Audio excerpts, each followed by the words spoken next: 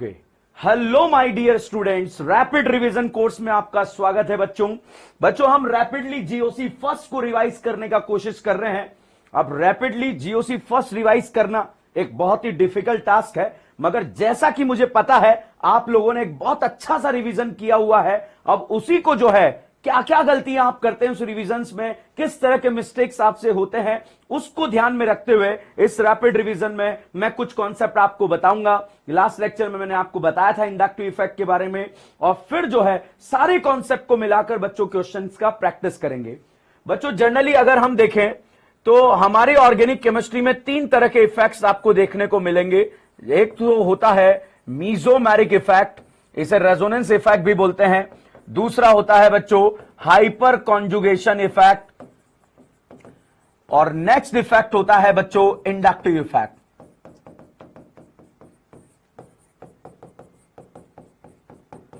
एक होता है बच्चों inductive effect, hyper conjugation effect, mesomeric effect. बच्चों इसमें करना क्या होता है, कैसे आगे बढ़ना होता है, उसके बारे में बात करें। मीजोमेरिक इफेक्ट बच्चों दो तरह का इफेक्ट होता है, एक तो प्लस एम और एक होता है माइनस एम। इतनी इसमें याद कैसे रखना है, अगर रेजोनेंस हो रहा हो और किसी के पास लोन पेयर प्रेजेंट हो तो वो कौन सा इफेक्ट लगा सकता है, प्लस एम इफेक्ट लगा सकता है। और अगर रेजोनेंस हो रहा हो और वहां पर अगर आपको पोलर पाई बॉन्ड नजर आ जाता है, और पोलर पाई में डबल भी हो सकता है, ट्रिपल भी हो सकता है, तो उसका कौन सा इफेक्ट लगता है, माइनस एम इफेक्ट। और इसी तरह से हाइपर कॉन्जुगेशन, कोई ग्रुप कोई ऑर्डर याद नहीं रखना होता बच्चों, तीन जगह लगता है बच्चों हाइपर, एक तो अल्कीन में लगता है, एक कार्बोकेटाइन में लगता है, एक फ्री रेडिकल में लगता है। अल्कीन में, कार्बोकेटाइन में, फ्री रेडिकल में। यहां पर लाइन आपको याद रखना होता है बच्चों, sp2 कार्बन से directly attached sp3 carbon, sp2 carbon से डायरेक्टली अटैच sp3 कार्बन बच्चों अल्फा कार्बन, और उस अल्फा कार्बन से जुड़े हुए जो हाइड्रोजन होते हैं उसे अल्फा हाइड्रोजन। तो अगर बच्चों एक भी अल्फा हाइड्रोजन हुआ तो उसका कौन सा इफेक्ट लगता है, प्लस एच इफेक्ट। और अगर अल्फा हाइड्रोजन की जगह अल्फा क्लोरीन आ जाता है बच्चों तो उसका लगता है माइनस एच इफेक्ट। और इंडक्टिव इफेक्ट तीन तरह के इफेक्ट देखने को मिलते हैं, एक होता है प्लस आई इफेक्ट, एक होता है minus I effect. Plus I minus I मैंने आपको लास्ट लेक्चर में बताने की कोशिश करी थी। तो बच्चों पूरी जीओसी क्या है, पूरी जीओसी को दो कैटेगरी में डिवाइड किया है। एक कैटेगरी होता है रेजोनेंस क्या होता है, लेंथ क्या होती है, एरोमेटिक क्या होते हैं, इस तरह के क्वेश्चंस पूछे जाते हैं। तो जीओसी फर्स्ट को हम दो कैटेगरी में डिवाइड करते हैं। एक कैटेगरी आती है बच्चों रेजोनेंस क्या है, स्टेबिलिटी ऑफ आरएस से रिलेटेड क्वेश्चन पूछे जाएंगे। और नेक्स्ट कैटेगरी जो है इसी में जो है बॉन्ड लेंथ कंपैरिजन से रिलेटेड क्वेश्चन पूछे जाएंगे। मतलब रेजोनेंस कहां कहां होता है आपको पता होना चाहिए। दूसरा आपको स्टेबिलिटी ऑफ आरएस से रिलेटेड जो है नॉलेज होना चाहिए। और तीसरा बॉन्ड लेंथ कंपैरिजन कैसे किया जाता है। और नेक्स्ट जो है इसी में आता है बच्चों aromatic, anti aromatic, non aromatic compound. तो तीन तरह के जो है, एक कैटेगरी ये है और एक कैटेगरी आती है बच्चों जो अभी मैंने आपको बताया मीजोमेरिक इफेक्ट, दूसरा आता है बच्चों हाइपर कॉन्जुगेशन, और तीसरा आता है बच्चों इंडक्टिव इफेक्ट। तो बच्चों ये जीओसी का अगर आप देखें एक चार्ट भी है, एक फ्लो चार्ट है इस पूरे में। जीओसी फर्स्ट जो इफेक्ट वाली जीओसी है वो खत्म होती है, और इन तीनों इफेक्ट्स के थ्रू हम कैटाइन का स्टेबिलिटी चेक करते हैं, एनाइन का स्टेबिलिटी चेक करते हैं, एसिडिक स्ट्रेंथ को समझते हैं, बेसिक स्ट्रेंथ को समझते हैं, और साथ में जो है इसके बाद बच्चों हम टॉटोमेरिज्म भी डिस्कस करते हैं।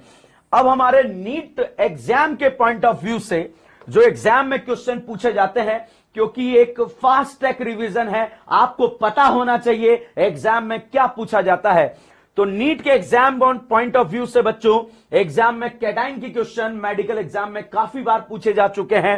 एसिडिक स्ट्रेंथ पूछा जा चुका है, बेसिक स्ट्रेंथ पूछा जा चुका है, टॉटोमेरिज्म पूछा जा चुका है। तो अगर आप प्रिपरेशन कर रहे हैं तो इस वाले पोर्शन को छोड़ना नहीं है बच्चों, यहां से बहुत जबरदस्त क्वेश्चन पूछे जाते हैं। कैसे, मैं आपसे कह रहा हूं कि आप लास्ट 10 ईयर के मेडिकल के एग्जाम को देखें, मेडिकल के एग्जाम के ट्रेंड को देखें, ट्रेंड मतलब स्ट्रेट एग्जाम नहीं देखना है बच्चों। आप लास्ट 10 ईयर AIPMT और नीट को आप देखेंगे तो आप ऑब्जर्व करेंगे कैटाइन एसिड बेस टॉटोमेरिज्म ये भरा हुआ है भैया GOC फर्स्ट में।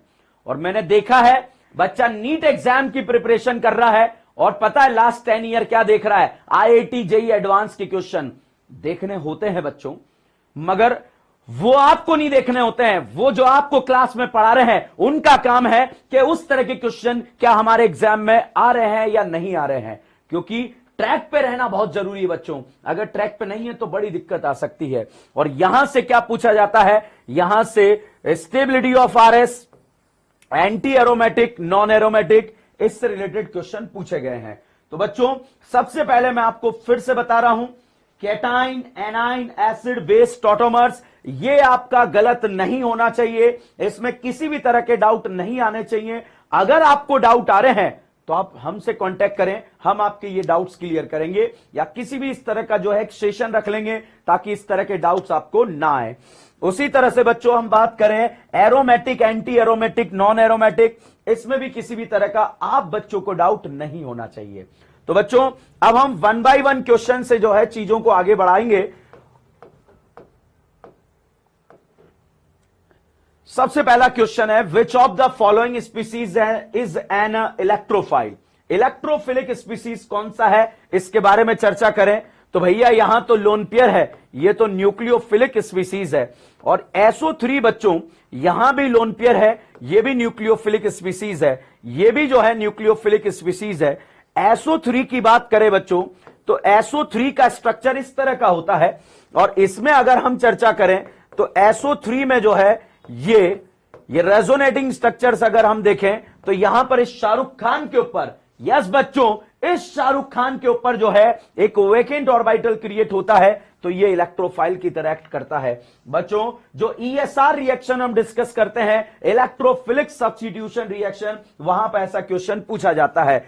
अब आपका अगर डाउट बना कि सर इलेक्ट्रोफाइल होता क्या है, अगर ये हमारे दिमाग से उड़ जाए तो क्या करें, आप डायरेक्ट याद रखें बच्चों, ऐसा पार्टिकल, जनरली ऐसा पार्टिकल जिसके पास वेकेंट ऑर्बिटल प्रेजेंट होता है, वेकेंट ऑर्बिटल प्रेजेंट होते हैं, या जिसका ऑक्टेट इनकंप्लीट होता है, उसे आप इलेक्ट्रोफाइल के नाम से पुकार सकते हैं। ऐसा पार्टिकल जिसके पास वेकेंट ऑर्बिटल प्रेजेंट होते हैं या जिसका ऑक्टेट इनकंप्लीट होता है, उसे बच्चों आप जो है इलेक्ट्रोफाइल के नाम से जान सकते हैं। तो यहां पर बच्चों ये मैंने लिखे हैं, ये सारे पार्टिकल जिन पे पॉजिटिव चार्ज आ रहा है, इनका ऑक्टेट इनकंप्लीट है, इसीलिए ये इलेक्ट्रोफाइल की तरह एक्ट करते हैं। अब आपका डाउट आता है, क्या सर सारे पॉजिटिव चार्ज इलेक्ट्रोफाइल हैं? नहीं बच्चों, जनरली आप ये कह सकते हैं जो वेकेंट ऑर्बिटल के प्रोड्यूसर हो, या तो जिनके पास वेकेंट ऑर्बिटल हो या जो वेकेंट ऑर्बिटल को प्रोड्यूस कर सकते हो, उसे आप इलेक्ट्रोफाइल बोल सकते हैं बच्चों।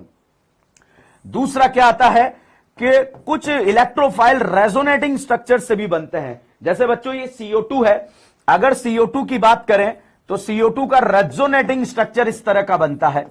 अब आप देखिए यहां पर इसके पास वेकेंट ऑर्बिटल है, मतलब इस रेजोनेटिंग स्ट्रक्चर ने इलेक्ट्रोफाइल का जनरेशन कर दिया है बच्चों, तो ये भी इलेक्ट्रोफाइल की तरह एक्ट करेंगे। SO3 मैंने यहां पर लिखा, तो SO3 की भी अगर हम बात करें तो SO3 में भी बच्चों यहां पर वेकेंट ऑर्बिटल को जनरेट करा दिया गया है, और वेकेंट ऑर्बिटल को जनरेट करा दिया गया मतलब ये भी इलेक्ट्रोफाइल की तरह एक्ट करेगा। तो बच्चों यहां पर हमने सीखा क्या है, यहां पर इतना सा सीखा, जिनका ऑक्टेट इनकंप्लीट हो या किसी रेजोनेटिंग स्ट्रक्चर से वेकेंट ऑर्बिटल जनरेट हो सकता हो, तो उसे आप इलेक्ट्रोफाइल बोल सकते हैं। इसी तरह से बच्चों अगर हम बात करें कि और क्या, और इस कहानी में जो है आगे की तरफ बढ़े तो क्या हो सकता है, which of the following act as a nucleophile. बच्चों न्यूक्लियोफाइल क्या होता है, यह भी एक बहुत इंपॉर्टेंट डाउट होता है बच्चों का। बहुत सारे याद रखते हैं जिनके पास जो है लोन पेयर प्रेजेंट होता है, जिनके पास लोन पेयर प्रेजेंट होता है, क्या उसे न्यूक्लियोफाइल बोलें? यस, तो सर बेस किसे बोलें? बहुत तगड़ा डाउट होता है difference between base and nucleophile. जब कभी भी लोन पेयर H+ को दे दिया जाता है तो बच्चों हम कहते हैं वो बेस की तरह एक्ट कर रहा है।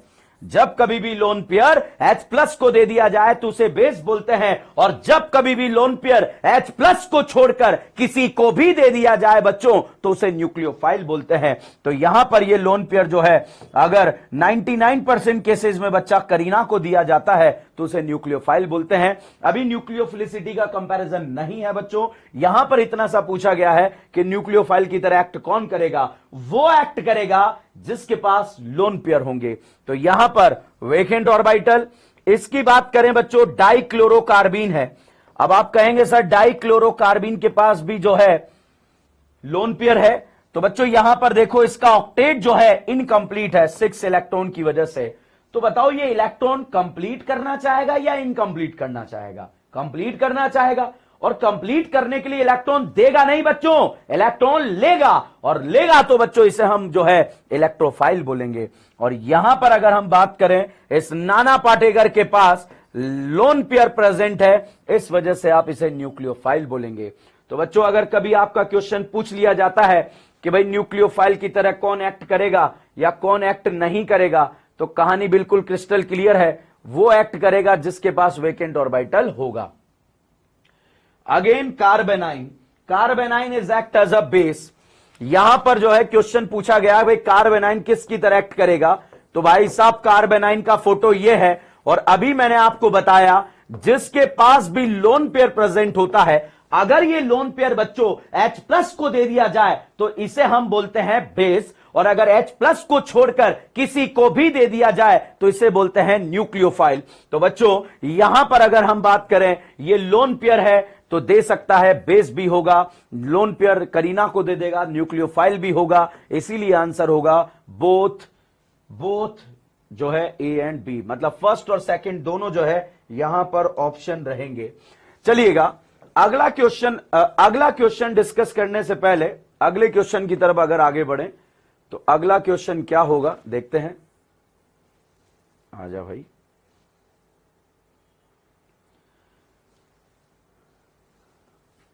बच्चों in which of the following structure carbon does not act as a electrophile.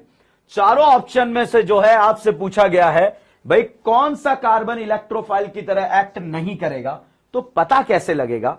देखो बच्चा यहां पर अगर हम देखें CH3 CH2 बॉन्ड पोलर है, ये नेगेटिव ये पॉजिटिव, तो यहां पर पॉजिटिव है मतलब ये इलेक्ट्रोफिलिक एंड है। यहां पर अगर हम बात करें कार्बन ऑक्सीजन बॉन्ड, ये भी पोलर है तो ये डेल पॉजिटिव ये डेल नेगेटिव, तो ये भी इलेक्ट्रोफिलिक है। यहां पर बच्चों करीना और नाना पाटेकर,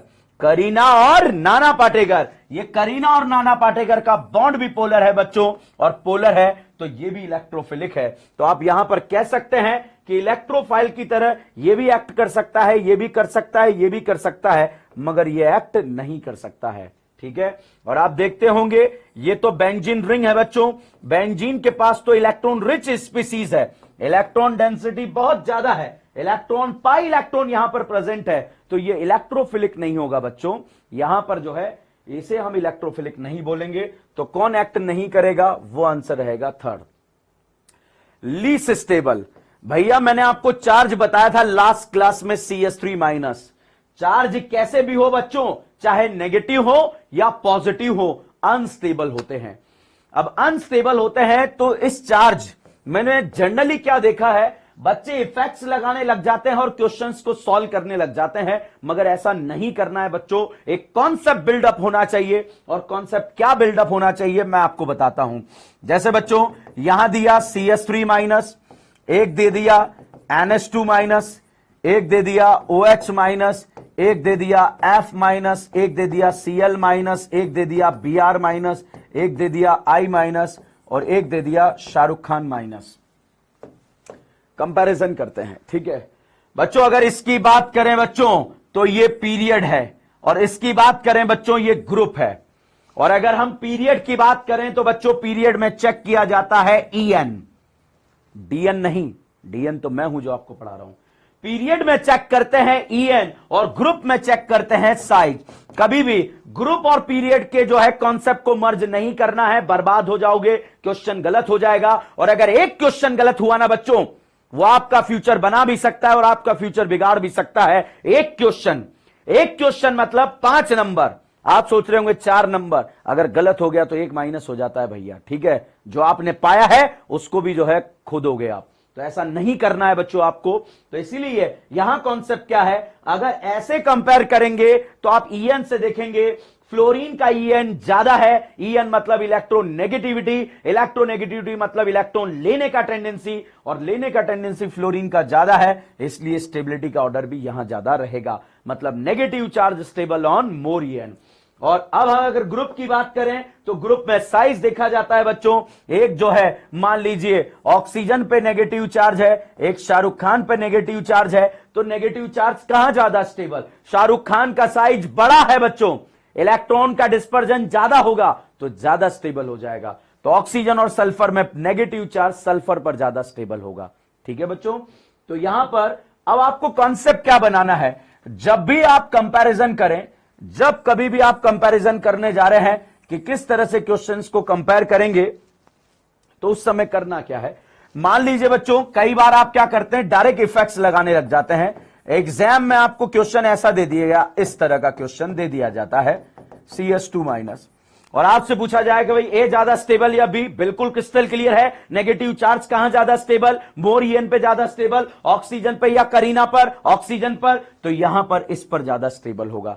आप सोच रहे होंगे सर करीना, भाई हमारी ऑर्गेनिक केमिस्ट्री के इस किरदार को हम बोलते हैं करीना। क्या बोलते हैं, करीना। तो भैया ऑक्सीजन पे ज्यादा स्टेबल है या करीना पर, बिल्कुल क्रिस्टल क्लियर बात है भाई साहब, ऑक्सीजन पर ज्यादा स्टेबल होगा। अब बच्चों अगर मैं यहां पर कोई विड्रॉइंग ग्रुप लगा देता हूं NO2, तो अगर बहुत सारे स्टूडेंट जो है आंसर को पलट देंगे और आंसर पलट के ऐसा आंसर लिख देंगे, sir B is more stable than A. भैया कॉन्सेप्ट ही खराब पड़ा है आपका, बिल्कुल बर्बाद कॉन्सेप्ट पड़ा है। ऐसे नहीं करते हैं कंपैरिजन। पहले आप देखो नेगेटिव चार्ज सेम एटम पे है या अलग अलग, सर अलग अलग एटम पर है, तो पहले डिसाइड करो कहां ज्यादा स्टेबल है, ऑक्सीजन पे या करीना पर। तो आप कहेंगे सर ऑक्सीजन पर नेगेटिव चार्ज ज्यादा स्टेबल होता है, तो भाई ऑक्सीजन पर नेगेटिव चार्ज ज्यादा स्टेबल होता है तो ए ही ज्यादा स्टेबल होगा। कि सर हमने तो ये सीखा है, अब मैं ये नहीं कह रहा आपने गलत सीखा है, आपने बिल्कुल सही सीखा है, और आपको जो सिखाया गया है वो भी सही होगा। मगर बच्चों यहां पर हम बात कर रहे हैं वो कॉन्सेप्ट आपको कब लगाना था, जब यहां पर नेगेटिव चार्ज करीना पर दिया हो। अब आप देखिएगा बच्चों दोनों जगह नेगेटिव चार्ज करीना पर है, जब दोनों जगह नेगेटिव चार्ज सेम एटम पे आ जाए तब आप इफेक्ट लगाओ बच्चों, तब आपका क्वेश्चन करेक्ट होगा। तो यहां पर NO2 का माइनस आई इफेक्ट लगेगा, और जब NO2 का माइनस आई इफेक्ट लगेगा तो माइनस आई क्या करेगा, इलेक्ट्रॉन लेगा, और लेगा तो इस चार्ज को क्या कर देगा, कम कर देगा, और चार्ज कम होते ही चार्ज क्या हो जाएगा, स्टेबल हो जाएगा। मैंने आपको बताया था बच्चों चार्ज कैसा भी हो, चाहे नेगेटिव हो या पॉजिटिव हो, अनस्टेबल होता है। क्या होता है, अनस्टेबल होता है। तो इस तरह से आपको बच के रहना है। तो B is more stable than A. अब मुझे लग रहा है आपको समझ में आया होगा चार्ज कैसे कंपेयर करना है, बिल्कुल इसी तरह से कंपेयर करना है बच्चों। तो यहां पर जो है, और एक और बात मैं आपको बताता हूं, ये तो कर लेंगे, देखो क्वेश्चंस के थ्रू हम जा रहे हैं, आप भी जानते हैं 2 दिन के अंदर पूरा जीओसी खत्म कर पाना नॉट पॉसिबल, मगर आप जो गलती करने वाले हैं उसको सुधार पाना दैट इज पॉसिबल, वो पॉसिबल है बच्चों। तो यहां पर एक नेगेटिव ऑक्सीजन पे आ रहा है और एक नेगेटिव शाहरुख खान पे आ रहा है, तो नेगेटिव चार्ज जो है मोर ईएन पर ज्यादा स्टेबल होता है। बिल्कुल सही सोच रहे हैं, मगर अभी मैंने आपको एक चीज सोचने पे मजबूर करी थी कि ग्रुप में ईएन नहीं देखते, क्या देखते हैं, साइज देखते हैं, और साइज इसका ज्यादा है इसलिए ज्यादा स्टेबल है। तो जब अलग अलग एटम पे आ रहा हो, ध्यान रखना बच्चों, जब अलग अलग एटम पर नेगेटिव चार्ज आ रहा हो तो आपको क्या ध्यान रखना है, आपको इतनी सी बात ध्यान रखनी है कि अलग अलग एटम पर नेगेटिव चार्ज दिया होगा तो उस कंडीशन में आप अप्लाई कर देंगे। और वो क्या अप्लाई करेंगे, वो अप्लाई करेंगे आप कि कैसे हमें कंपैरिजन करना है। तो ग्रुप आ जाए तो साइज देखना, पीरियड आ जाए तो ईएन देखना, और सेम एटम पे आ जाए तो इफेक्ट्स लगाकर क्वेश्चन को सॉल्व करना। ग्रुप आ जाए साइज देखकर करना, पीरियड आ जाए ईएन देखना, दोनों नेगेटिव चार्ज सेम एटम पे आ जाए, देन इफेक्ट अप्लाई करके क्वेश्चन को सॉल्व करना। समझ गए? चलिए अब देखो बच्चों, हमारा जो क्वेश्चन था वो था CS3 is less stable then CH3 जो है किससे लेस स्टेबल है, तो CH3 माइनस यहां पर दिया हुआ था बच्चों, इस तरह से CH3 माइनस दिया था, ठीक है। अब अगर इसकी बात करें बच्चों, CH3 is less stable then, तो यहां पर तो भैया इसका प्लस आई इफेक्ट लगा, ये भी नेगेटिव नेगेटिव नेगेटिव, सब जगह नेगेटिव, सेम एटम पे आ रहा है। अब इफेक्ट देखो बच्चा, क्वेश्चन सही हो जाएगा। तो यहां पर ये प्लस आई लगाकर इस चार्ज को क्या करेगा, और बढ़ाएगा, बढ़ाएगा तो चार्ज अनस्टेबल हो जाएगा। यहां पर दो दो ग्रुप प्लस आई इफेक्ट लगाकर इस चार्ज को और बढ़ाएंगे, और बढ़ाएंगे तो चार्ज और बढ़ेगा, और बढ़ेगा तो और अनस्टेबल हो जाएगा। और इसकी बात करें बच्चों, तो ये तो इलेक्ट्रॉन ले रहा है, इलेक्ट्रॉन ले रहा है, और इलेक्ट्रॉन ले रहा है बच्चों, तो ये क्या कर देगा, स्टेबल कर देगा। तो यहां पर ये भी अनस्टेबल बना रहा है, ये भी अनस्टेबल बना रहा है, ये भी अनस्टेबल बना रहा है, मगर ये स्टेबल बना रहा है। तो इसीलिए जो आंसर रहेगा थर्ड, मतलब हम ये कह सकते हैं CH3 and CH2 minus NO2। तो बच्चों ये विड्रॉ कर रहा है, इसीलिए ये ज्यादा स्टेबल है। तो हम ये कह सकते हैं CH3 is less stable than this, इसके कंपैरिजन में लेस स्टेबल है, then answer will be this. तो इस तरह से बच्चों हम यहां पर जो है कंपैरिजन करेंगे तो इसी तरह से जो है क्वेश्चन सॉल्व हो जाएगा। चलो भाई ऊपर चलो।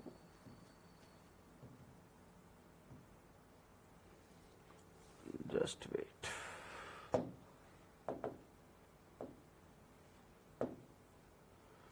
देखो भाई, आ जाओ ऊपर। यहां पर भैया ये क्वेश्चन आपको दिया हुआ है, अब इसे हमें कंपैरिजन करना है। तो कैसे कंपेयर करना है, correct order of the stability of anion वापस आ गया है।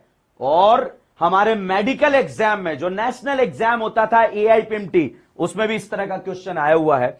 तो बच्चों यहां पर अगर हम बात करें CH3 CH2 नेगेटिव, एक बात करें CH2 CH double bond negative, एक बात करें C triple bond C negative, ये sp कार्बन, ये sp2 कार्बन और ये sp3 कार्बन, तीनों जगह नेगेटिव चार्ज करीना पर दिया है, मतलब सेम एटम पर दिया है, मगर तीनों का हाइब्रिडाइजेशन बच्चों सेम नहीं है। तो हम यहां देखेंगे negative charge stable on Mauryan, और मोरियन की वजह से जो है यह आंसर आ जाएगा CBA।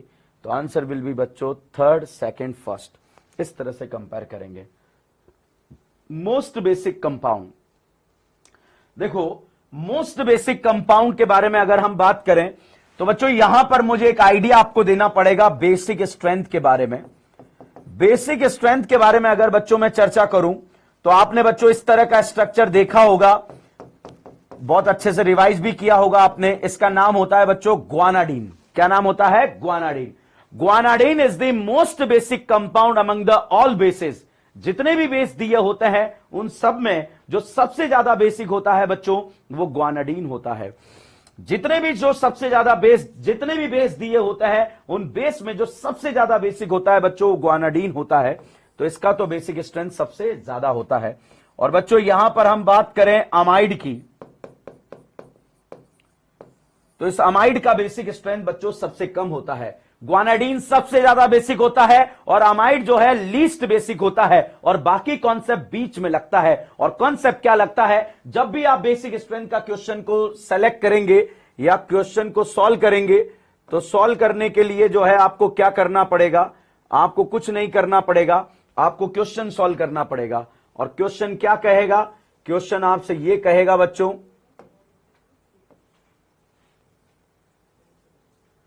तो देखो क्वेश्चन कैसे सॉल्व होगा, क्वेश्चन ऐसे सॉल्व होगा। यहां पर चारों पर देखो, इसमें अगर ग्वानाडीन आता तो सबसे ज्यादा बेसिक, अमाइड आता तो सबसे कम बेसिक। आप देखिए क्या सबके पास नाइट्रोजन है, यस सर है। क्या सबके पास लोन पेयर है, सर लोन पेयर है। किसी का भी लोन पेयर रेजोनेंस में पार्ट नहीं ले रहा बच्चों, सबका लोन पेयर लोकलाइज्ड है। तो यहां पर सारे लोन पेयर, चारों के लोन पेयर लोकलाइज्ड हैं। अब जब सारे लोन पेयर लोकलाइज्ड होते हैं तो आप प्लस आई से जो है इफेक्ट को यहां पर लगाएंगे, क्योंकि सबका हाइब्रिडाइजेशन भी सेम है। यहां पर मिथाइल का प्लस आई लगेगा, यहां इथाइल का भी प्लस आई लगेगा, और यहां पर टर्शरी ब्यूटाइल का, आइसोप्रोपाइल का भी प्लस आई इफेक्ट लगेगा। और प्लस आई इफेक्ट यहां पर इस वाले ग्रुप में प्लस आई इफेक्ट सबसे ज्यादा होगा, और सबसे ज्यादा होगा तो बेसिक स्ट्रेंथ भी सबसे ज्यादा होगा, तो फोर्थ का बेसिक स्ट्रेंथ सबसे ज्यादा।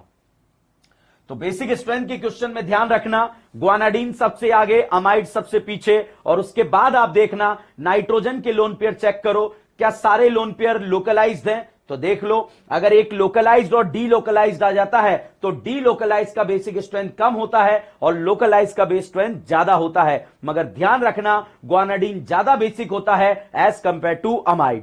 और अगर सारे लोन पेयर लोकलाइज्ड हो जाएं तो फिर बच्चों आपको ईएन देखना होता है, और अगर वो भी सेम हो जाए तो फिर इफेक्ट्स लगाकर क्वेश्चन को सॉल्व करना होता है। यहां पर हमने इफेक्ट्स लगाकर क्वेश्चन को सॉल्व करा।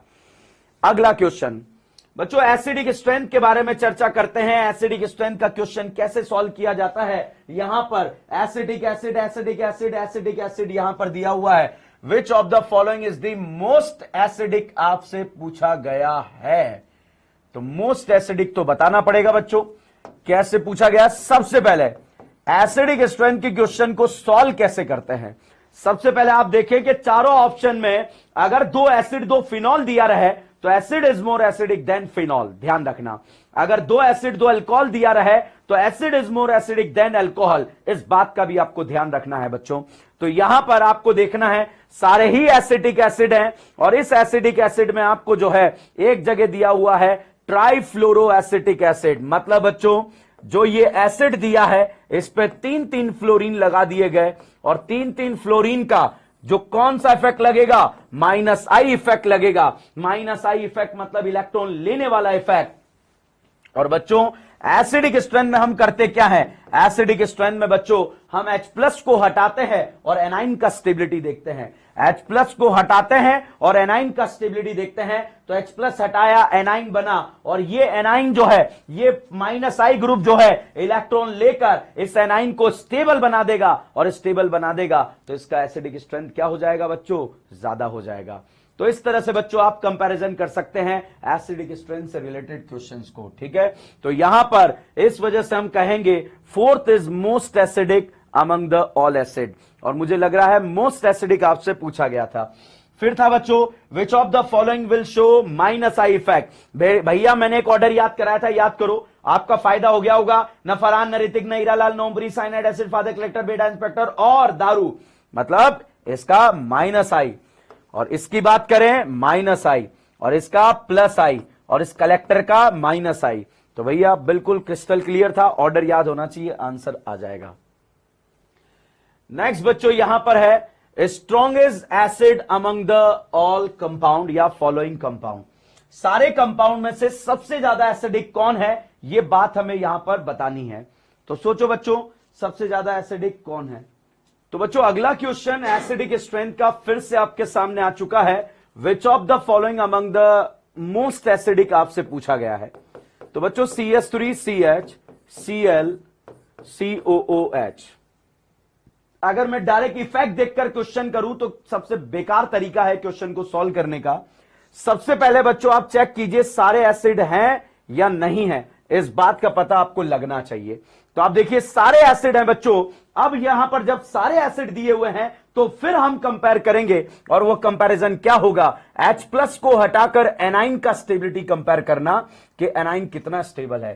तो H+ हटाया, एनाइन बना। अब इस Cl का ये जो कलेक्टर है इसका कौन सा इफेक्ट लगता है? माइनस आई इफेक्ट लगता है। माइनस आई इलेक्ट्रॉन ले रहा है बच्चों। जब ये इलेक्ट्रॉन ले रहा है तो यहां पर इस नेगेटिव चार्ज को कम करेगा मतलब स्टेबल करेगा, और जितना स्टेबल नेगेटिव चार्ज होगा बच्चों उतना ही एसिडिक ज्यादा होगा।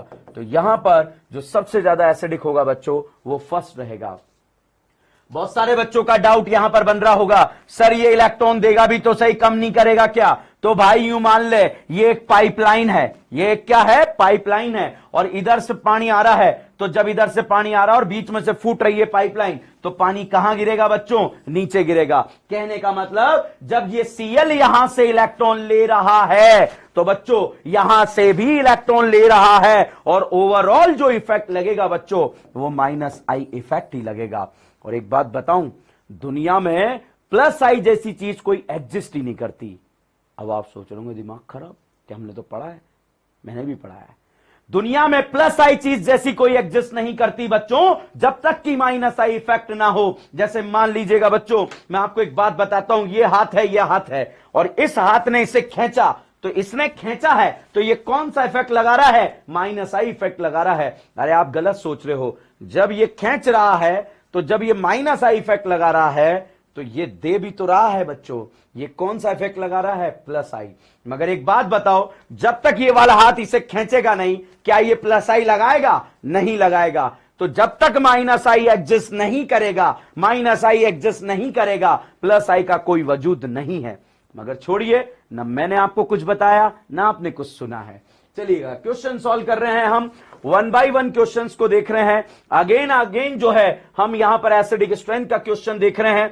तो बच्चा सॉल्व कैसे करना है, वो अप्रोच हमें आना चाहिए। सबसे पहले आप देखिए, क्या चारों एसिड हैं? यस सर, चारों एसिड हैं। तो भाई साहब, ये चारों एसिड यहां पर बना लिए गए हैं। अब ये तो कंफर्म है, इफेक्ट से ही आंसर आएगा। मगर चारों एसिड में से 2 फिनॉल होते तो फिनॉल का एसिडिक स्ट्रेंथ कम और एसिड का एसिडिक स्ट्रेंथ ज्यादा होता। तो यहां पर बच्चों प्रोपेनोइक एसिड दिया हुआ है। प्रोपेनोइक एसिड मतलब 3 कार्बन, फॉर्मिक एसिड मतलब 1 कार्बन, ब्यूटायरिक एसिड मतलब 4 कार्बन, और आइसोब्यूटायरिक एसिड मतलब इस तरह से 4 कार्बन। तो बच्चों ये चारों यहां पर गिवन है। अब अगर हम इसके बारे में चर्चा करें तो H हटाकर एनाइन का स्टेबिलिटी हम देखेंगे। स्ट्रॉन्गर एसिड के बारे में बात हम कर रहे हैं। तो देखिएगा बच्चों, यहां पर इन करीनास का जो है, इन करीनास का कौन सा इफेक्ट लगेगा? प्लस आई। इसका भी प्लस आई, इसका भी प्लस आई और प्लस आई। भाई साहब, H हटाकर एनाइन का स्टेबिलिटी देखना है, और ये तो इलेक्ट्रॉन देकर, इलेक्ट्रॉन दे रहे हैं, इस चार्ज को बढ़ाएंगे और चार्ज बढ़ेगा तो अनस्टेबल हो जाएगा। इसीलिए तीनों का एसिडिक स्ट्रेंथ कम होगा और हाइड्रोजन का इंडक्टिव इफेक्ट 0 कंसीडर किया जाता है। तो answer will B second.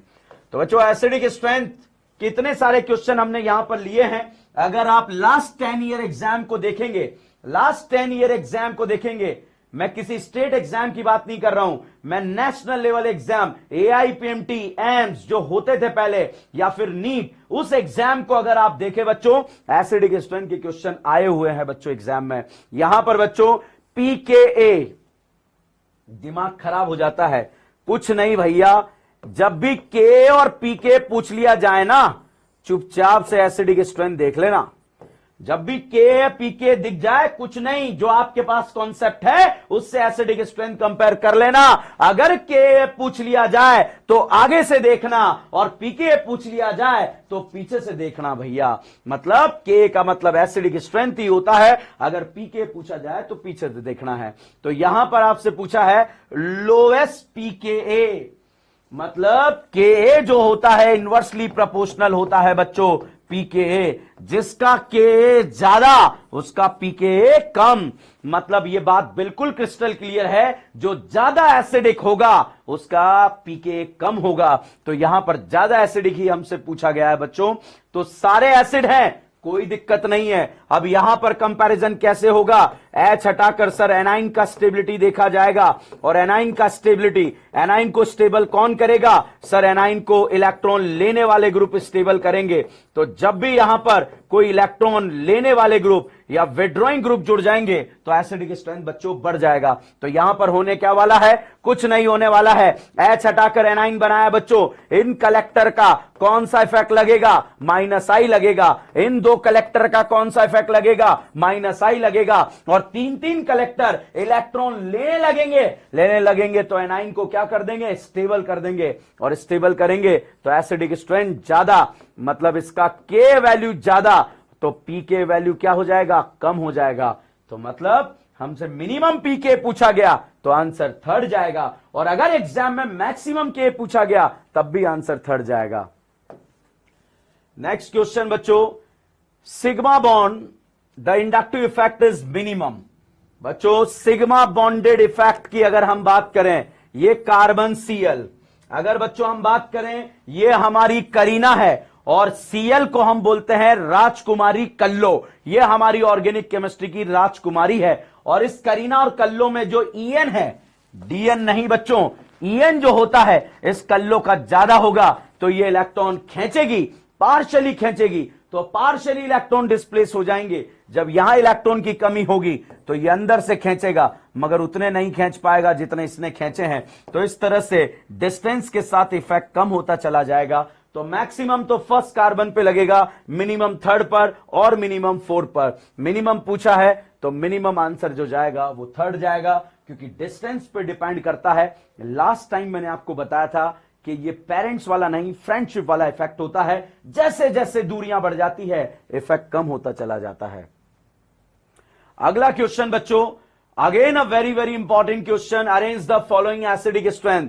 NCERT में दिया हुआ है भैया। एनसीईआरटी का जो आपका जो थर्ड चैप्टर है, अल्कोहल फिनॉल ईथर के बाद वाला एल्डिहाइड कीटोन एंड एसिड, वहां से उठाया हुआ एग्जाम्पल है। और सिर्फ इसी एग्जाम्पल में आपको ऐसा सोचना है। कैसा सोचना है वो मैं आपको अभी बताने वाला हूं। यहां पर भाई मैं वापस से जो है इनके फोटो बना लेता हूं। एसिडिक स्ट्रेंथ को कंपेयर कर रहे हैं। एसिडिक स्ट्रेंथ कंपैरिजन का तरीका क्या है? सबसे पहले बच्चों आप चेक करके मुझे बताइए, क्या तीनों एसिड हैं? यस सर, तीनों एसिड हैं। और एसिडिक स्ट्रेंथ में H हटाकर किसका स्टेबिलिटी देखा जाता है? सर H हटाकर एनाइन का स्टेबिलिटी देखा जाता है। तो भाई साहब तीनों चारों एसिड यहां पर दिए हुए हैं। तो यहां पर आप देखिएगा तीनों एसिड आपको गिवन है। अब आप देखिए बच्चों, यहां पर इस NO2 का माइनस आई इफेक्ट, इस साइनाइड का माइनस आई इफेक्ट, इस Cl का माइनस आई इफेक्ट। कितने Cl हैं? सर 3-3 Cl हैं। तो 3-3 Cl के माइनस आई इफेक्ट लग रहे हैं और यहां पर 2-2 Cl के माइनस आई इफेक्ट लग रहे हैं। अब दिमाग का दही हो गया, करें तो क्या करें? NO2 का माइनस आई ज्यादा है मगर यहां नंबर ज्यादा है। जब कभी हम पावर की बात करें तो NO2 की पावर ज्यादा है और जब कभी नंबर की बात करें तो Cl के नंबर ज्यादा है। उस समय याद रखना बच्चा, डीएनपी रूल अप्लाई करना है। डिस्टेंस नंबर पावर, मतलब सबसे पहले डिस्टेंस देखना है, जो जितना पास से लगेगा उतना ज्यादा लगेगा। तीनों का डिस्टेंस बराबर है। फिर पावर और नंबर की बात करें तो नंबर C का ज्यादा है तो C का एसिडिक स्ट्रेंथ ज्यादा होगा। उसके बाद D का ज्यादा है तो उससे कम D का होगा। अब बच्चों A और B में जो है हम बात करें, नंबर बराबर हो चुका है। अब हम पावर देखेंगे तो पावर NO2 का ज्यादा है, इसलिए जो है A का एसिडिक स्ट्रेंथ ज्यादा, फिर B का आ जाएगा। तो ऑर्डर आ जाएगा CDAB। अगर घर जाने पर आपको लगे ना सर डीपीएन, तो मेरा नाम याद रखना, मेरा नाम डीएन है। तो आपको ये कॉन्सेप्ट किसने बताया था? डीएन ने बताया था। तो अप्लाई भी क्या करेंगे? डीएनपी अप्लाई करेंगे। इसे आप डीएन पावर भी बोल सकते हो। ऐसा क्वेश्चन एग्जाम में आ सकता है भैया। क्यों आ सकता है? एनसीईआरटी में दिया हुआ है। और आप अपना नीट एग्जाम या एआईपीएमटी एग्जाम को देखिए, एनसीईआरटी से डिट्टो लाइनें उठकर आती है, तो वहां पर हमें बिल्कुल क्रिस्टल क्लियर पॉइंट्स होने चाहिए। तो चलिए, एसिडिक स्ट्रेंथ से रिलेटेड हमने बात करी। अब हम बात करते हैं कार्बोकैटाइन के बारे में। बच्चों कार्बोकैटाइन के बारे में अगर चर्चा करें तो एक सिंपल सी चर्चा मैं आपसे यहां पर करना चाहूंगा। सिंपल सी चर्चा क्या है उसको समझने की कोशिश कीजिएगा और उसके बाद जो है आप आगे बढ़ेंगे और आपके क्वेश्चन सॉल्व होने लगेंगे।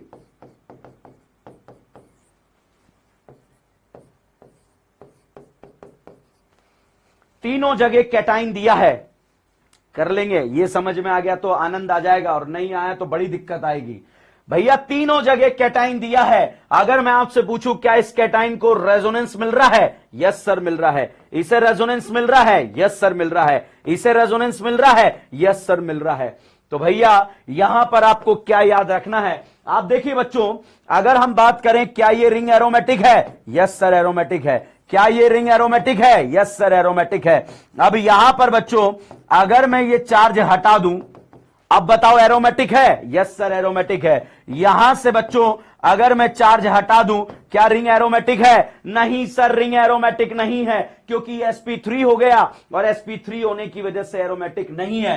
तो बताओ बच्चों, क्या ये पॉजिटिव चार्ज इस रिंग को एरोमेटिक बनाने के लिए रिस्पॉन्सिबल है क्या? यस सर है। क्या ये पॉजिटिव है क्या? नहीं है। तो जब कभी भी कोई पॉजिटिव चार्ज रिंग को एरोमेटिक बना रहा होगा, जब कभी भी कोई पॉजिटिव चार्ज रिंग को एरोमेटिक बना रहा होगा, तो उसका स्टेबिलिटी ज्यादा होगा as compare to this cation. ठीक है, रीजन यहां पर ये पॉजिटिव चार्ज रिस्पॉन्सिबल है टू बी एरोमेटिक।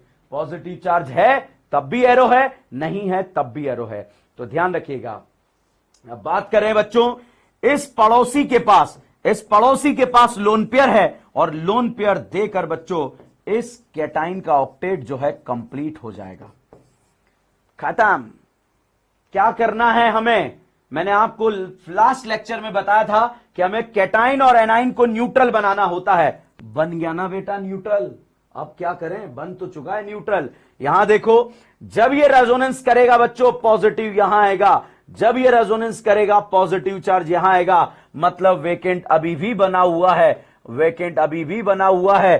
तो आप इतना कह सकते हो बच्चों कि यहां पर वेकेंट बना हुआ है, मतलब ऑक्टेट कंप्लीट नहीं हो रहा है। मगर यहां ऐसा रेजोनेंस है जो इस कैटाइन का ऑक्टेट क्या कर रहा है, कंप्लीट कर रहा है। तो जब कभी भी आपको रेजोनेंस और ऑक्टेट कंप्लीट रेजोनेंस में देखना होगा, ऑक्टेट कंप्लीट रेजोनेंस देखेंगे। दोनों रेजोनेंस हो रहा है, तो उसके बाद आपको जो देखना है वो ये देखना है कि पॉजिटिव चार्ज की वजह से रिंग एरोमेटिक हो रही है, इसीलिए B is more stable than C. तो बच्चों एक जनरल कंपैरिजन मैंने आपको बताया। चलिए यहां पर आते हैं। सारे ही कैटाइन रेजोनेंस कर रहे हैं बच्चों। अब इस कैटाइन की बात करें तो ये चारों कैटाइन आपसे कह रहे हैं कि भाई साहब न्यूट्रल बना दो। तो बताओ इस करीना पर पॉजिटिव चार्ज क्यों आया? सर इलेक्ट्रॉन का कमी है, वो कमी दूर कर देंगे। और दूर कैसे करेंगे? इलेक्ट्रॉन देकर। ये लोन पेयर यहां पर इलेक्ट्रॉन देगा, प्लस एम लगाएगा, ऑर्थो पैरा पर लगाएगा और पैरा वाला कैटाइन खुश हो जाएगा, इसलिए सबसे स्टेबल कैटाइन यहां रहेगा। ऐसा क्वेश्चन बच्चों एग्जाम में आ चुका है एआईपीएमटी में, तो इसलिए इस तरह के क्वेश्चन से बच के रहना है आपको, दोबारा गलत नहीं होना चाहिए। अगर इसके ऑर्डर की बात करें बच्चों, ऑर्डर क्या रहेगा तो भी हम निकाल सकते हैं। NO2 का बच्चों पोलर पाई बॉन्ड है, माइनस एम इफेक्ट लगेगा, ऑर्थो पैरा पर लगेगा, पैरा वाला कैटाइन क्या हो जाएगा? अनस्टेबल हो जाएगा। इसी तरह से Cl का कौन सा इफेक्ट देखते हैं? माइनस आई।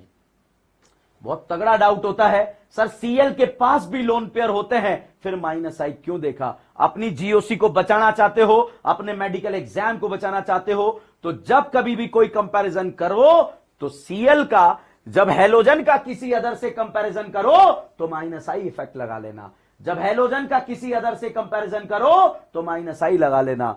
तो भाई यहां पर जो ऑर्डर आ जाएगा सबसे ज्यादा 3, फिर 4, फिर उसके बाद 1, फिर उसके बाद 2। ये कैटाइन के स्टेबिलिटी का ऑर्डर आएगा बच्चों, और कैटाइन के स्टेबिलिटी का जब ऑर्डर आएगा तो आपका क्वेश्चन करेक्ट हो जाएगा। चलिए नेक्स्ट क्वेश्चन, एसिडिक स्ट्रेंथ जो है हमने कर लिया है। और अब जो है बच्चों, which resonating structure of vinyl chloride is least stable? वो रेजोनेटिंग स्ट्रक्चर ज्यादा स्टेबल होते हैं जिसमें पाई बॉन्ड का नंबर ज्यादा होता है। यहां पर 1 पाई, यहां पर 1 पाई, यहां पर 0 पाई। क्रिस्टल क्लियर है बच्चों, आंसर आएगा third. Stabilize due to the resonance is maximum in. आपसे पूछा गया पहला तो बताओ रेजोनेंस कहां हो रहा है? रेजोनेंस यहां भी नहीं है, यहां भी नहीं है, यहां भी नहीं है, एक ही में हो रहा है भैया, आंसर डायरेक्ट आ जाएगा फोर्थ। नेक्स्ट है बच्चों, विच of the following compound carbon chlorine bond distance is minimum? तगड़ा डाउट होता है भैया, स्टूडेंट पूछता है इस क्वेश्चन को। CH3Cl, आप जब SN1 SN2 रिएक्शन पढ़ते हैं तो वहां भी देखते हैं बच्चों, यहां पाई सिंगल लोन पेयर में रेजोनेंस हो रहा है, और जब रेजोनेंस होगा तो रेजोनेंस होने पर इस कार्बन और क्लोरीन में इस करीना और राजकुमारी के बीच में डबल बॉन्ड आएगा। और जब इस करीना और राजकुमारी के बीच में डबल बॉन्ड आएगा, जब इस करीना और राजकुमारी के बीच में डबल बॉन्ड आएगा तो लेंथ क्या हो जाएगा? कम हो जाएगा। और लेंथ कम हो जाएगा मतलब डबल बॉन्ड कैरेक्टर आ गए। डबल बॉन्ड कैरेक्टर आने पर दो बॉन्ड को तोड़ना आसान नहीं होता है। आप देखिए जब आप SN1 SN2 पढ़ते हैं तो कार्बन हेलोजन में डबल बॉन्ड कैरेक्टर आने पर ना तो वो SN1 देता है ना SN2 देता है। इसीलिए हम यहां पर कहेंगे कि carbon chlorine distance is minimum. Double bond character आने से लेंथ कम हो गया तो डिस्टेंस मिनिमम आ जाएगा। कैटाइन अभी कंपैरिजन कर लिया। एक और क्वेश्चन देखते हैं। चलिए अब आप देखो, चारों कैटाइन की अगर हम बात करें, कैटाइन कैटाइन कैटाइन कैटाइन, इस कैटाइन को भी रज्जो मिल गई भैया, इसको भी रज्जो मिल गई और इसे भी रज्जो मिल गई। रज्जो मतलब रेजोनेंस हो गया, मतलब सारे कैटाइन में यहां पर रेजोनेंस हो रहा है बच्चों, मगर डी वाले पर नहीं हो रहा। तो बिल्कुल क्रिस्टल क्लियर है, सबसे अनस्टेबल तो डी वाला हो गया। अब ए बी सी में कंपैरिजन करें बच्चों तो ये लोन पेयर जब यहां पर जाएगा तो ए जो है सबसे ज्यादा स्टेबल हो जाएगा। उसके बाद बात करें बच्चों बी और सी में प्लस एच इफेक्ट लगेगा। प्लस एच इफेक्ट कहां कहां लगेगा? ऑर्थो पैरा पर लगेगा, तो पैरा वाला कैटाइन स्टेबल हो जाएगा। तो उसके बाद जो है सी ऑप्शन चला जाएगा और फिर बी, फिर डी। तो ए सबसे आगे और डी सबसे पीछे। इस तरह से आप जो है यहां पर कंपैरिजन कर लेंगे। बेसिक स्ट्रेंथ बच्चों, मैंने अभी भी आपको एक क्वेश्चन लिया था कि ग्वानाडीन सबसे ज्यादा बेसिक और अमाइड सबसे कम बेसिक। ग्वानाडीन सबसे ज्यादा बेसिक, अमाइड सबसे कम बेसिक। इस बात को दिलो दिमाग में सेट कर लीजिएगा। तो यहां पर सारे कोई ग्वानाडीन नहीं है, कोई अमाइड नहीं है। फिर हम देखते हैं सब में नाइट्रोजन कॉमन आ रहा है। बेसिक स्ट्रेंथ के क्वेश्चन को सॉल्व करने का तरीका क्या है? Very very important. Last 10 years के एग्जाम को आप देखिए और आप देखेंगे एम्स में, एआईपीएमटी में, नीट में बेसिक स्ट्रेंथ का क्वेश्चन बार बार आ रहा है। तो बच्चों यहां पर अगर आप देखें तो लोन पेयर है, ये लोन पेयर डीलोकलाइज, ये डीलोकलाइज, ये डीलोकलाइज, ये डीलोकलाइज, सारे लोन पेयर डीलोकलाइज्ड है बच्चों। इसका प्लस एच इफेक्ट लगेगा, plus H effect basic strength बढ़ाएगा। इसका माइनस एम लगेगा, इलेक्ट्रॉन ले लेगा, तो इस लोन पेयर का देने का टेंडेंसी कम हो जाएगा। ये भी माइनस एम लगाएगा, इलेक्ट्रॉन ले लेगा, तो देने का टेंडेंसी कम हो जाएगा। तो ये तो बिल्कुल क्रिस्टल क्लियर है, फोर्थ का सबसे ज्यादा और उसके बाद फर्स्ट होगा, क्योंकि यहां तो विड्रॉ कर रहे हैं। NO2 ज्यादा विड्रॉ करेगा इलेक्ट्रॉन को, इसलिए जो है थर्ड जो है वो ज्यादा बेसिक होगा एज कंपेयर टू सेकेंड। तो ये जो है बेसिक स्ट्रेंथ का ऑर्डर आ गया। अगर एग्जाम में बच्चों आपसे केबी पूछ लिया जाए तो केबी पूछ लिया जाए तो भाई साहब आगे से देखना, और पी के भी पूछ लिया जाए तो पीछे से देखना, ये आपका क्वेश्चन सॉल्व हो जाएगा। तो बच्चों जो कल आपका पेपर होने वाला है उसको इसी तरह से आप सॉल्व करेंगे। एनाइन मैंने अभी आपको बताया था कि एनाइन क्या है। देखो बच्चों सॉल्व करने का तरीका, सारे एनाइन करीना पर आ रहे हैं। अगर एक ऑक्सीजन पे आता तो सबसे ज्यादा स्टेबल होता। अब इस एनाइन को इस करीना के सर के ऊपर चार्ज रखा हुआ है, और चार्ज कैसा भी हो, चाहे नेगेटिव हो या पॉजिटिव हो, अनस्टेबल होता है बच्चों। तो यहां पर इस चार्ज को स्टेबल करना है, और स्टेबिलिटी की बात करें तो कैसे करें? इस चार्ज को कम कर दें, और कम कौन करेगा? इलेक्ट्रॉन लेने वाला ग्रुप करेगा। तो लेने वाला ग्रुप इस चार्ज को कम कर देगा तो चार्ज स्टेबल हो जाएगा, इसलिए फोर्थ वाला चार्ज ज्यादा स्टेबल होगा। Most stable cation. अभी बच्चों मैंने आपको एक बहुत प्यारा क्वेश्चन कराया था, उसी क्वेश्चन से जो है हम इसे रिलेट करेंगे।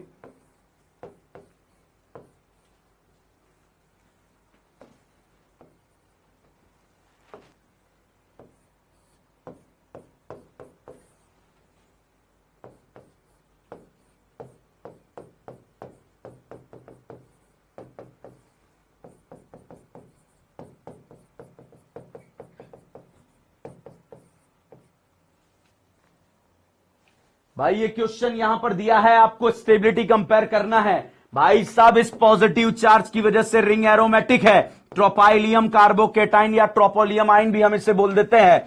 तो इस चार्ज की वजह से रिंग एरोमेटिक है। यहां पर भैया इस चार्ज की वजह से रिंग जो है आंटी एरोमेटिक है। आंटी जी जब भी आ जाए ना भैया बर्बाद कर देती है। जब भी आंटी आए सबसे लास्ट में फेंक देना, नहीं तो बर्बाद हो जाओगे। तो ये आंटी जी जो है हाईली अनस्टेबल है, और यहां पर रेजोनेंस हो रहा है, यहां पर रेजोनेंस हो रहा है। तो आप कहेंगे मोस्ट स्टेबल जो रहेगा वो फर्स्ट रहेगा। Oxygen atom in phenol, oxygen atom in phenol. अब भैया मैं आपसे पूछूं, मैंने ये OH लगा दिया, अब बता दो करीना और ऑक्सीजन में EN किसका ज्यादा है? तो आप कहेंगे सर ऑक्सीजन का EN ज्यादा है, तो इलेक्ट्रॉन खींच रही है। कौन सा इफेक्ट लगा रही है? -I लगा रही है। अब मैं अगर आपसे पूछूं यहां पर क्या लोन पेयर भी है? यस सर लोन पेयर है। इसको प्यार से आप बोल सकते हो लल्ला लोन पेयर। क्या बोल सकते हो? लल्ला लोन पेयर। तो यहां पर लोन पेयर भी है बच्चों। ये लोन पेयर रेजोनेंस में पार्ट ले गया तो +M लगाया, और सिग्मा बॉन्ड पर जो इफेक्ट लगाया वो -I इफेक्ट लगाया। जनरली जो मीजोमेरिक का आंसर डिसाइड कर देता है तो इंडक्टिव इफेक्ट कुछ नहीं कर पाता। Mesomeric effect generally dominate over inductive effect. तो यहां पर आप कह सकते हैं कि जो मोर डोमिनेटिंग है वो तो रेजोनेंस वाला इफेक्ट होगा, और जो लेस डोमिनेटिव है वो इंडक्टिव इफेक्ट होगा। अगेन बच्चों इनकरेक्ट स्टेबिलिटी, इनकरेक्ट स्टेबिलिटी के बारे में बात करें। रेजोनेंस हो रहा है, यहां नहीं हो रहा। यहां पर बच्चों एक पॉजिटिव चार्ज जो है, ये बहुत प्यारा क्वेश्चन है, ये पॉजिटिव चार्ज अनसैचुरेटेड कार्बन प्यारा है और ये वाला पॉजिटिव चार्ज सैचुरेटेड कार्बन प्यारा है। एक तो आपको दिया है सैचुरेटेड कार्बोकेटाइन और एक दिया है unsaturated carbocation. Saturated carbocation is more stable then unsaturated. तो फर्स्ट भी करेक्ट है, सेकंड भी करेक्ट है। अब थर्ड की बात करें, ये 1 डिग्री अनाइन है बच्चों, ये 2 डिग्री अनाइन है, मतलब दो करीना जो है प्लस आई इफेक्ट लगाएगी और इस चार्ज को बढ़ा देगी। बढ़ाने से चार्ज क्या हो जाएगा, अनस्टेबल हो जाएगा। और इन दोनों में मतलब ये भी करेक्ट है। और अब हम फोर्थ की बात करें तो भाई इस कार्बोकेटाइन के पास अल्फा हाइड्रोजन 3 है, मगर इसके पड़ोसी के पास लोन पेयर है जो इसका ऑक्टेट क्या कर देगा, कंप्लीट कर देगा। और ऑक्टेट कंप्लीट करने की वजह से ये स्टेबल होगा, मतलब ये अनस्टेबल दिया है तो ये इनकरेक्ट दिया है। मतलब जो फोर्थ वाला है वो फोर्थ वाले में जो करेक्ट ऑप्शन जाएगा बच्चों, वो करेक्ट ऑप्शन कुछ इस तरह से जाएगा और जब इस तरह से जाएगा तो आंसर ऐसा आएगा। कर लोगे? तो इस तरह से आप कंपैरिजन कर सकते हैं। तो बच्चों हम बात कर रहे हैं मीजोमेरिक इफेक्ट, अभी डिस्कस कर लिया है। एसिडिक स्ट्रेंथ हमने डिस्कस किया है। चलो एक बार फिर से करते हैं, बहुत प्यारा क्वेश्चन है बच्चों। यहां पर अगर आप देखें फर्स्ट ऑप्शन जो है वो आपको दिया हुआ है फिनॉल, सेकंड ऑप्शन आपको बच्चों एसिड दिया है, थर्ड ऑप्शन आपको बच्चों अल्कोहल दिया है और फोर्थ ऑप्शन आपको टर्मिनल अल्काइन दिया है। तो कौन ज्यादा एसिडिक होगा? मैं आपसे पूछूं करेले का जूस ज्यादा मीठा होता है या पाइनएप्पल? तो बिल्कुल क्रिस्टल क्लियर है सर, पाइनएप्पल ज्यादा मीठा होता है। फिनॉल ज्यादा एसिडिक होता है या एसिड? एसिड होगा। एसिड ज्यादा एसिडिक होता है या अल्कोहल? एसिड होगा। एसिड ज्यादा एसिडिक होगा या अल्काइन? एसिड होगा। के ए मैक्सिमम सेकंड का। अब बात करते हैं बच्चों, ये फिनॉल है, ये अल्कोहल है। एच हटा के नेगेटिव चार्ज ऑक्सीजन पे आ रहा है, यहां भी ऑक्सीजन पे आ रहा है। बच्चों दोनों जगह ऑक्सीजन पे आ चुका है। क्या इस वाले ऑक्सीजन को रज्जो मिलेगी? क्या रज्जो मिलेगी? क्या रज्जो मतलब रेजोनेंस मिलेगी? क्या यस मिलेगी, मगर यहां नहीं मिलेगी। तो फर्स्ट इज मोर एसिडिक। अब थर्ड और फोर्थ में कंपेयर करें, यहां नेगेटिव ऑक्सीजन पर है और यहां करीना पर है। बताइए बच्चों नेगेटिव चार्ज जो है करीना पर ज्यादा स्टेबल होता है या ऑक्सीजन पर? तो आंसर आता है सर ऑक्सीजन पर ज्यादा स्टेबल होता है। तो third is more acidic then fourth. तो देखो बच्चों हमने एसिडिक स्ट्रेंथ यहां पर डिस्कस करा। अब बात करते हैं एरोमेटिक। बच्चों अगर कोई कंपाउंड प्लेनर हो और उसके पास साइक्लिक रेजोनेंस हो, प्लेनर भी हो साइक्लिक रेजोनेंस भी हो, और अगर उसके पास 2 पाई इलेक्ट्रॉन आ जाए बच्चों तो वो एरोमेटिक का कंडीशन होता है, और अगर 4 पाई इलेक्ट्रॉन आ जाए बच्चों तो वो एंटी एरोमेटिक का कंडीशन होता है। मतलब 2 पाई आ जाए एरोमेटिक, 4 पाई आ जाए एंटी एरोमेटिक। ध्यान रखना 4 प्लस 4 प्लस ऐड करना, 2 में 4 ऐड करा तो 6, 6 में 4 ऐड करा तो 10, यहां पर भी एग्जैक्टली ऐसा करना। 4 में 4 ऐड करा तो 8, 8 में 4 ऐड करा तो 12। बस स्टार्टिंग याद रखना बच्चों, प्लेनर और साइक्लिक रेजोनेंस के साथ में अगर जो है आपको मिल जाता है 2 पाई इलेक्ट्रॉन तो एरोमेटिक। तो भैया प्लेनर है साइक्लिक रेजोनेंस से 4 पाई मिल चुका है, ये तो आंटी हो गया है भाई साहब। यहां पर 4 पाई इलेक्ट्रॉन मिल चुका है, ये भी आंटी हो चुका है भाई साहब। यहां पर 4 पाई इलेक्ट्रॉन मिल चुका है, ये भी आंटी हो चुका है भाई साहब। और यहां पर अगर हम बात करें तो इस ऑप्शन में बच्चों अगर आप देखें तो इस ऑप्शन में बच्चों आप देखिएगा, देखिए यहां पर 10 पाई इलेक्ट्रॉन मिल चुका है, मतलब एरोमेटिक कौन सा होगा? थर्ड वाला होगा।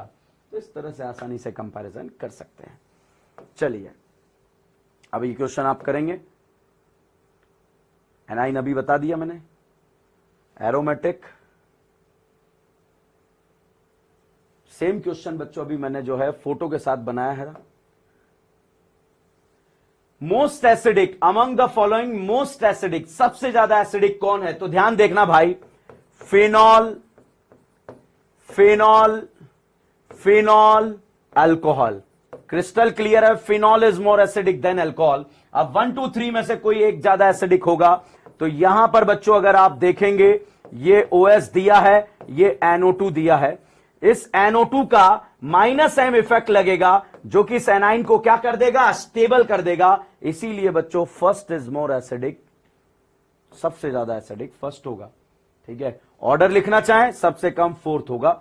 इन दोनों में प्लस एच इफेक्ट इसका लगेगा, इसलिए एसिडिक स्ट्रेंथ कम हो जाएगा, तो third is more acidic then second होगा।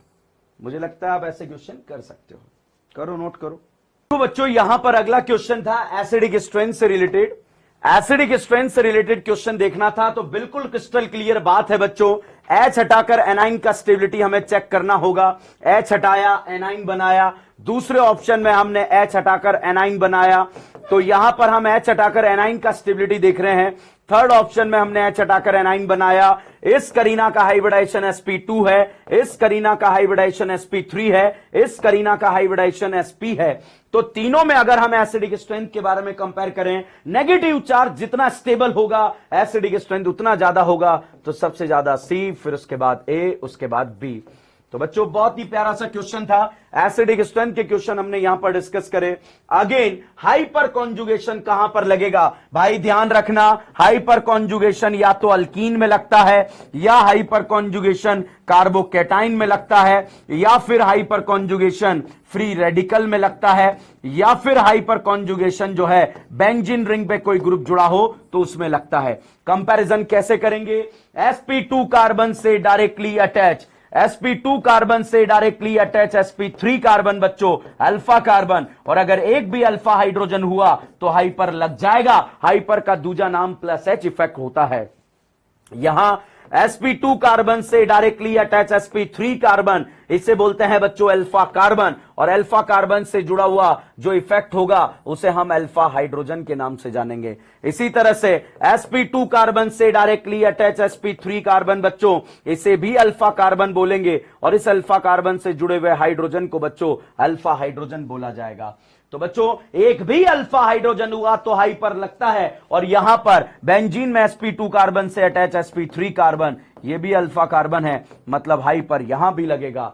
तो बच्चों जिस जिस रिएक्शन में बेंजीन आता है, अल्कीन आता है, केटाइन आता है, फ्री रेडिकल आता है, और आप तो पढ़ चुके हैं सारे रिएक्शन, वो रिएक्शन बर्बाद हो जाते हैं बच्चों अगर हाइपर नहीं आता है। तो मैं फिर कह रहा हूं, अगर हाइपर नहीं आता है दोबारा से नोट्स उठाइए और पढ़िए, और उसके बाद अगर कोई डाउट्स आते हैं तो हम लोगों से कांटेक्ट कीजिए, हम आपके सारे डाउट्स क्लियर कर देंगे। अगर आपका हाइपर थोड़ा बहुत वीक चल रहा होगा तो उसको अलग से जो है टाइम देकर पढ़ा भी देंगे।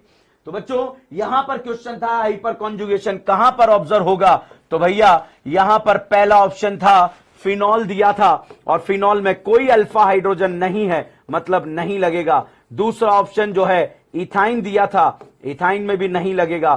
थर्ड ऑप्शन इथेनॉल दिया था, इथेनॉल में भी नहीं लगेगा।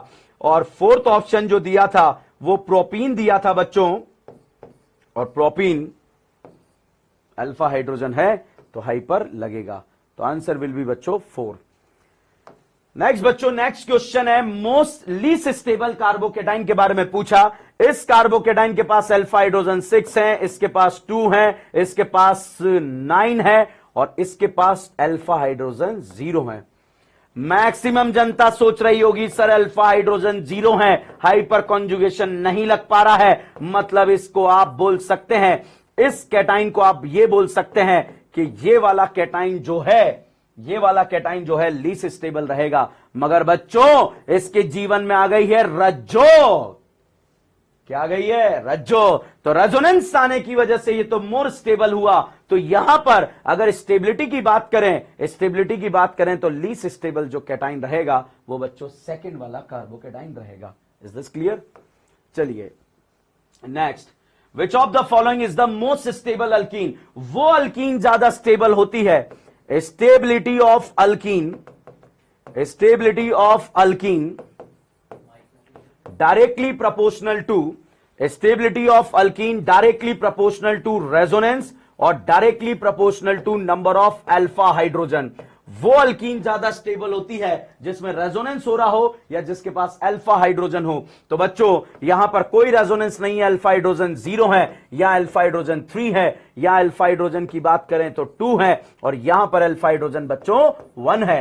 तो सबसे ज्यादा स्टेबल अल्कीन बच्चों यहां पर सेकंड होगी, और सबसे अनस्टेबल अल्कीन फर्स्ट होगी, और फोर्थ और थर्ड में अगर कंपैरिजन करना हो तो आपका आंसर आ जाएगा। चलिए next question, which of the following will lead to maximum enolization. बड़ा खतरनाक क्वेश्चन है और एग्जाम में पूछा जाने वाला क्वेश्चन है। तो आप ये कह सकते हैं परसेंटेज ऑफ इनॉल या enolization directly proportional to aromatization. Generally aromatic character होने पर जो है इनॉल का परसेंटेज ज्यादा होता है, या फिर हम ये कह सकते हैं एक्सटेंडेड रेजोनेंस होने पर हम कह सकते हैं इनॉल का परसेंटेज ज्यादा होता है, या फिर हाइड्रोजन बॉन्डिंग होने पर भी हम कह सकते हैं इनॉल का परसेंटेज ज्यादा होता है। किसी से आंसर डिसाइड ना हो तो स्टेबिलिटी ऑफ एनाइन के बेसिस पर भी इनॉल का परसेंटेज डिसाइड किया जाता है। तो यहां पर आप अगर फोर्थ वाले ऑप्शन को देखें बच्चों, जब ये टॉटमराइज होगा, ये वाला ऑप्शन जब टॉटमराइज होगा बच्चों, तो यहां से H मूव करेगा और मूव करने के बाद जो इनॉल बनेगा, कार्बन कार्बन डबल बॉन्ड को इन बोलते हैं, OH को ऑल बोलते हैं, बन गया इनॉल, और OH फिनाइल पर जुड़ा है तो इसे बोलते हैं फिनॉल। मतलब फिनॉल में इनॉल छुपा है बच्चों, फिनॉल में इनॉल छुपा है बच्चों। और जब फिनॉल में इनॉल छुपा है तो आप देखिए एरोमेटिक कैरेक्टर यहां पर आ रहे हैं, और एरोमेटिक कैरेक्टर आने की वजह से जो है इसका इनोलाइजेशन मैक्सिमम होगा।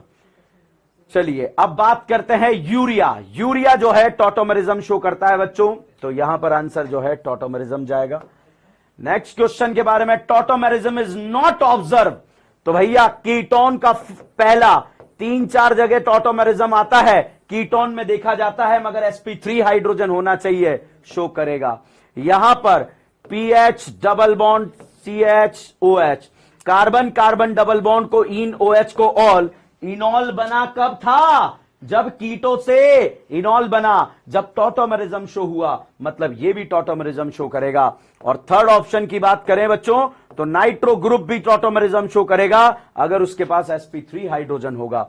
एल्डिहाइड भी टॉटोमेरिज्म शो करेगा अगर उसके पास एसिडिक sp3 हाइड्रोजन होगा।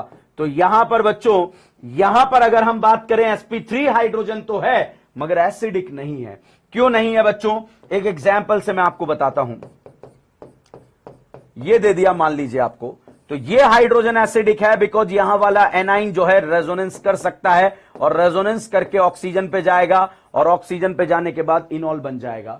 यहां से अगर आपने H निकालकर एनाइन बनाया तो उसे रेजोनेंस नहीं मिलेगा, मतलब इनॉल का फॉर्मेशन नहीं होगा। तो इनॉल is not observe in this compound. तो बच्चों यहां पर हमने जो है general organic chemistry GOC first में डिफरेंट टाइप के एग्जाम्पल को डिस्कस करा।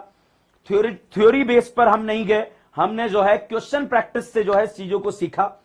फिर भी अगर आपका कोई टॉपिक वीक है तो एक क्रैश कोर्स चल रहा है, उसको आप ज्वाइन कर सकते हो। वहां पर हम डिटेल में पढ़ा रहे हैं चीजों को, और एक एक पॉइंट सिखाया जा रहा है।